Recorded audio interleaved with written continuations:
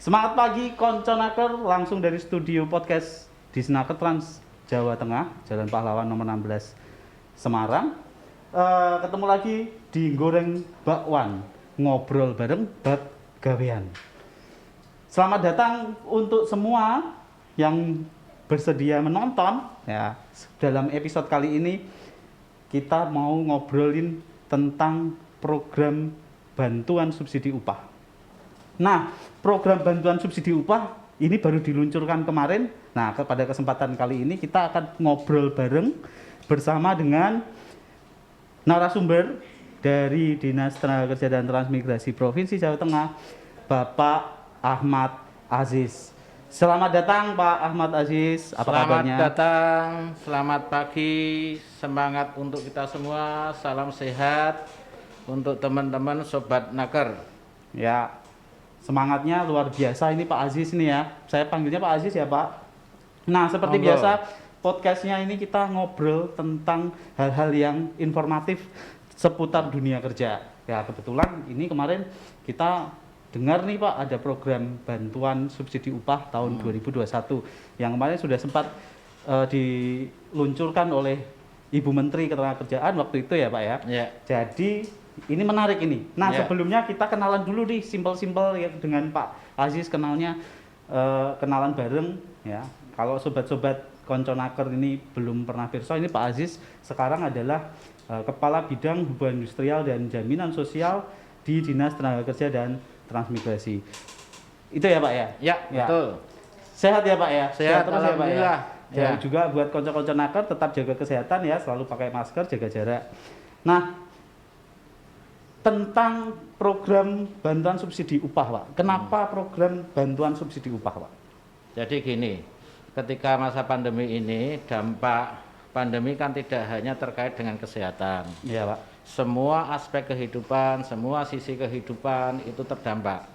Kesehatan tentunya jelas, ketenagakerjaan iya, bahkan di sektor keagamaan pun iya. Ya, orang dulu beribadah ke gereja, masjid dan lain sebagainya ada pembatasan. Di ketenagakerjaan juga berdampak. Ada perusahaan-perusahaan yang tidak mendapatkan order lagi sehingga mengurangi karyawannya, ada PHK dan lain sebagainya. Terus tenaga kerjanya juga terdampak, dikurangi jam kerjanya, upahnya dan lain sebagainya. Sebenarnya bantuan subsidi upah itu tujuannya adalah untuk bagaimana menahan supaya karyawan tidak di PHK. Kalau terkait dengan yang ter-PHK nanti ada fasilitas yang lainnya. Wow, berarti khusus untuk karyawan ya Pak ya, pekerja Iya. ya. Oke, kenapa sih Pak harus diberikan sekarang? Ya karena momentum. Ya ini bentuk ya wujud bukti dari kehadiran pemerintah. Pemerintah harus hadir di tengah-tengah masyarakat ketika masyarakatnya membutuhkan. Setiap saat pemerintah harus tetap hadir untuk memfasilitasi bagaimana supaya masyarakat tetap survive untuk meniti kehidupan ini. Jadi ketika sekarang ini pandeminya itu masih fluktuatif, ya ada masa PPKM, baik kemarin PPKM darurat maupun sekarang PPKM yang level 3-4, itu ada keterbatasan mobilitas yang tidak kritikal, tidak esensial, harus WFH, sehingga karyawan itu harus diberikan subsidi supaya tetap bertahan. Oke Pak, wah, program bantuan subsidi upah diberikan kepada karyawan. Nah, karyawan seperti apa sih Pak, atau pekerja seperti apa sih Pak yang misalnya saya itu berhak dapatnya itu bagaimana sih Pak? Mas Setio itu karyawan swasta apa pemerintah? Gitu. Saya pemerintah. Ya, karyawan pemerintah ini tidak begitu terdampak, itu patut disyukuri ya. Untuk saudara-saudara kita yang di swasta itu yang terdampak ini diberikan subsidi upah itu untuk karyawan yang satu tentunya warga negara Indonesia. Ya, harus WNI ya Pak ya? Iya, harus WNI. Yang kedua, dia harus tercatat sebagai peserta BPJS. Oh, wajib Pak ya? BPJS-nya BPJS BPJS apa? BPJS Ketenagakerjaan. Oke, BPJS Ketenagakerjaan. Tercatatnya sampai kapan gitu? Batas akhirnya cut off tercatat sebagai peserta BPJS Ketenagakerjaan sampai tanggal 30 Juni tahun 2021. ya 2021. Oke. Terus ada batasannya lagi upah. Jadi tidak semua karyawan itu mendapatkan fasilitas dari bantuan subsidi upah itu. Itu hanya diperuntukkan untuk yang gaji atau upahnya maksimal 3,5 juta. Nah, ada batasannya lagi,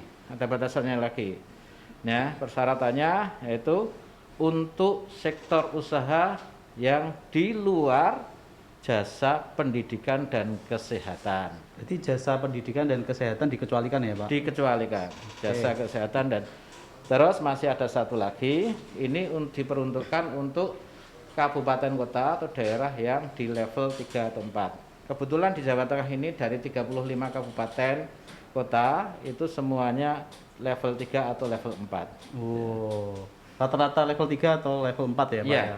ada yang level 3, ada yang level 4. Berarti tadi WNI ya. Ya.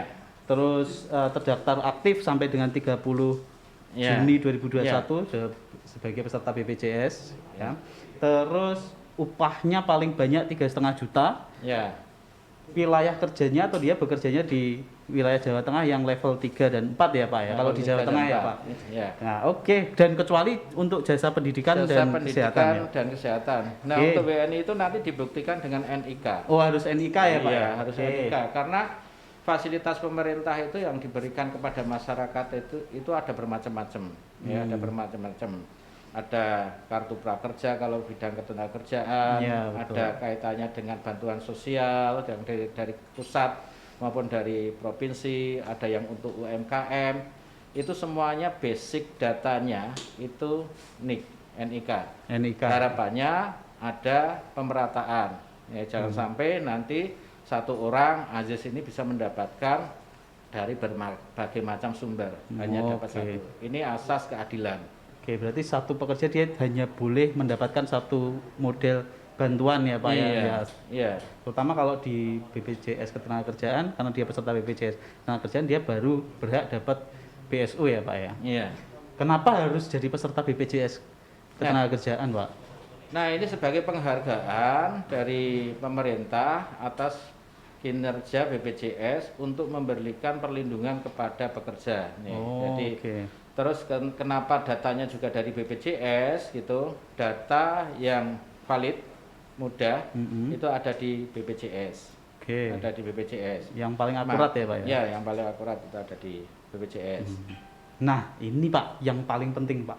Kalau BSU, bantuan subsidi upah, berarti yang disubsidi upahnya, Pak. Berarti dapat berapa saya, Pak, kalau misalnya saya jadi pekerja, Pak?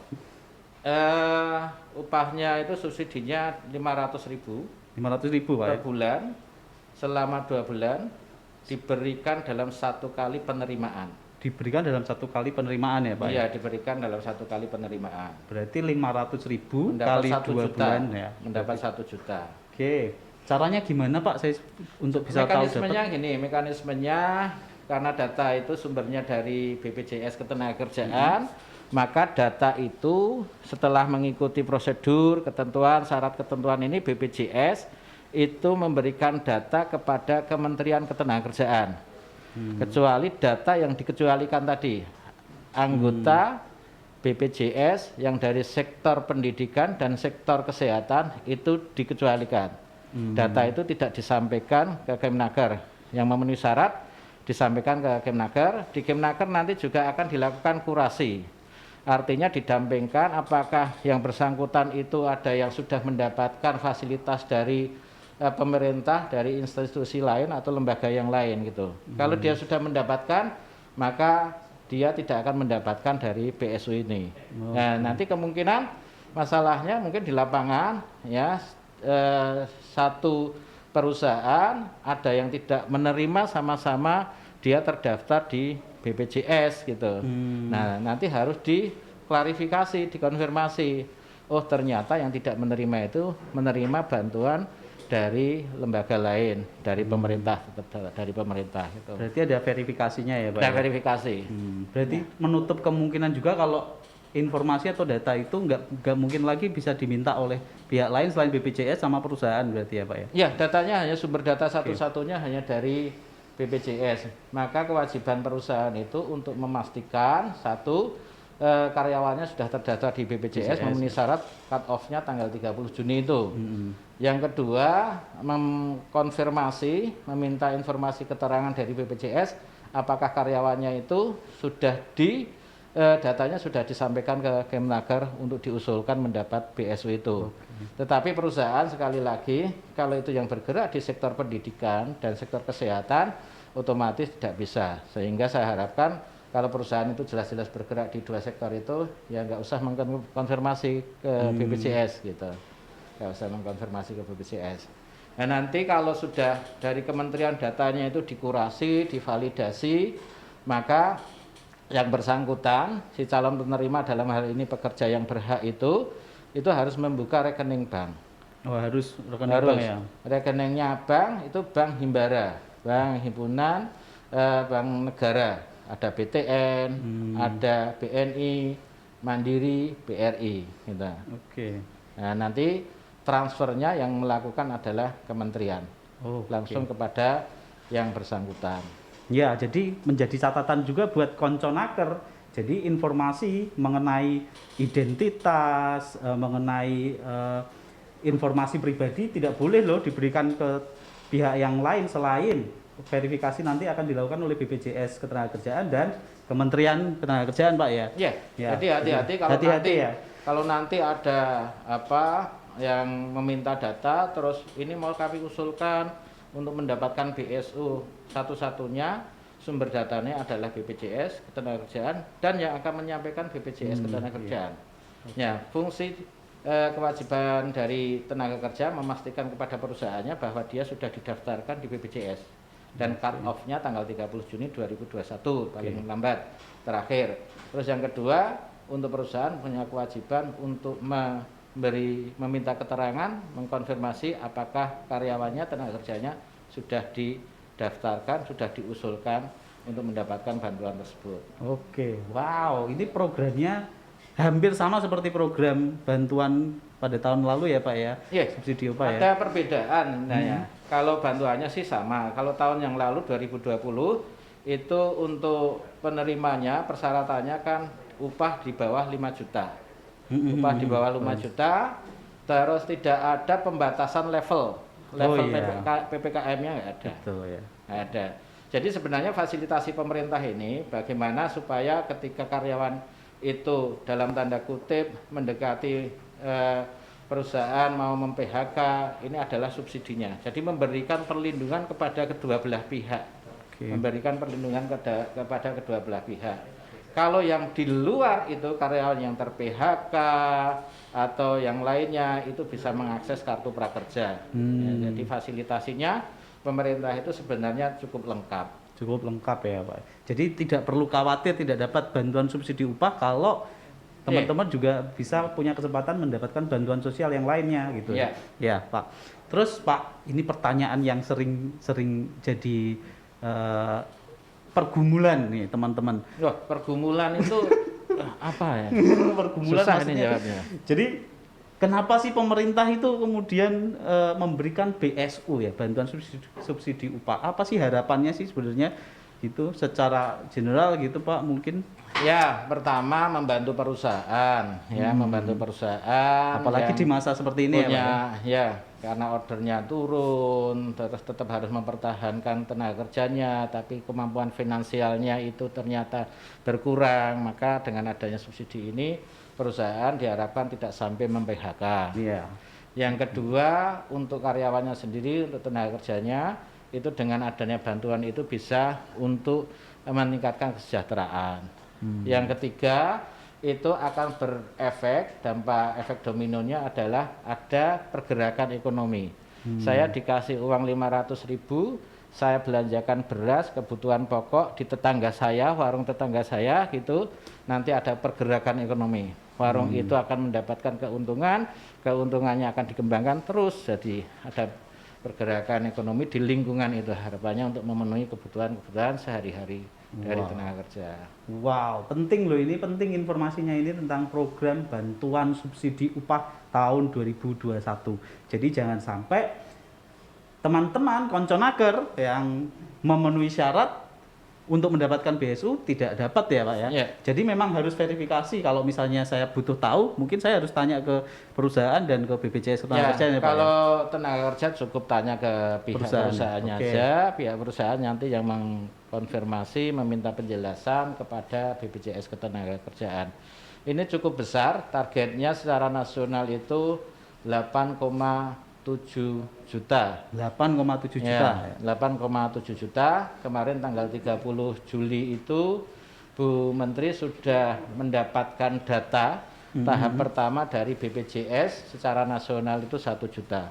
Data yang 1 juta ini sekarang dalam tahapan untuk dikurasi, divalidasi. Jangan sampai ada yang double nicknya, jangan sampai nicknya sudah dipakai untuk bantuan yang lainnya. Terus nanti setelah itu clear, valid, maka yang berhak nanti akan mendapatkan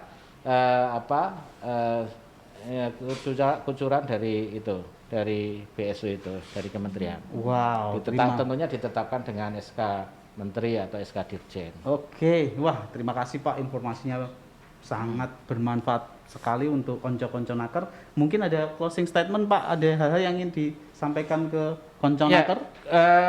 Kami mengharapkan, kami dari Dinas Tenaga Kerja dan Transmigrasi khususnya terkait dengan konteks hubungan industrial, walaupun di masa pandemi ini kita merasakan semuanya dalam kesulitan gitu, harapannya pihak perusahaan betul-betul jangan sampai mem-PHK karyawannya.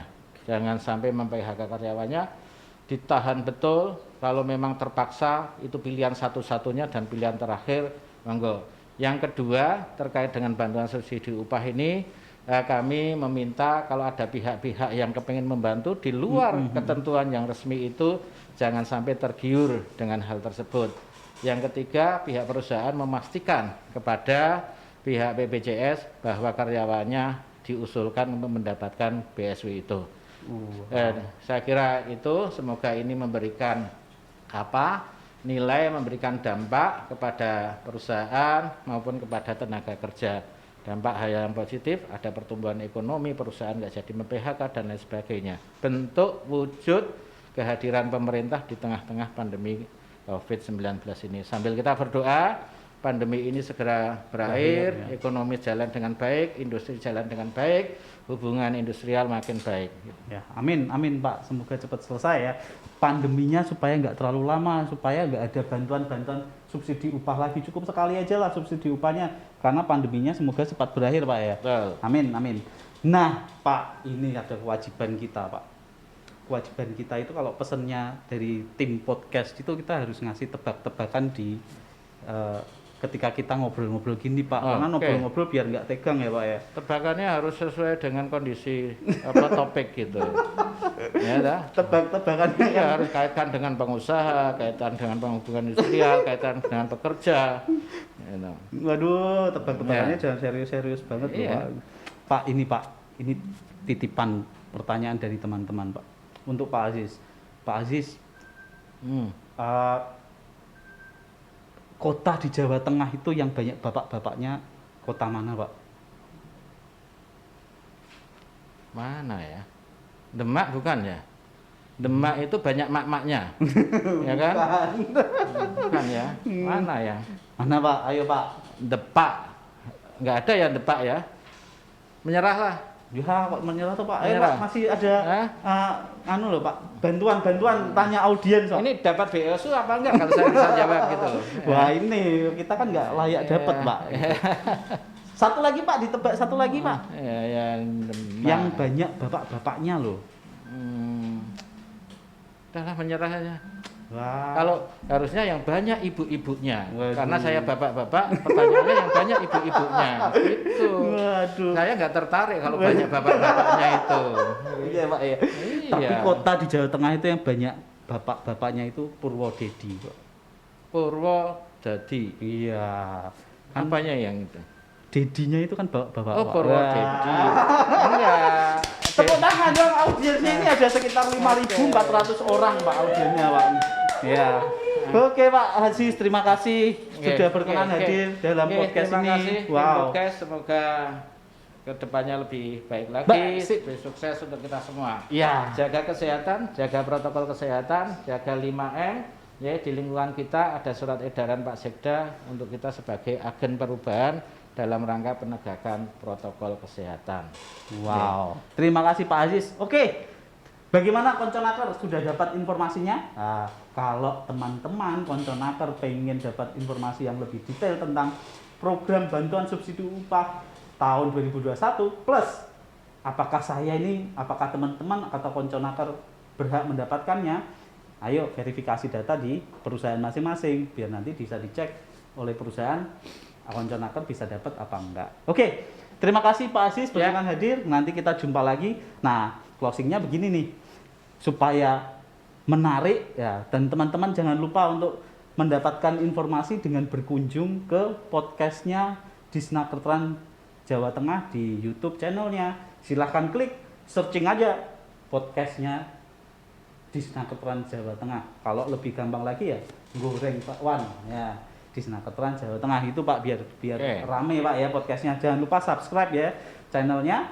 Terus seleki adonane nikmati bakwane terus ke karyane raih prestasine. Yuk say no to rebahan biar manfaat to everyone. Angger ngobrol bareng bab gawean hanya di goreng bakwan. Yeay.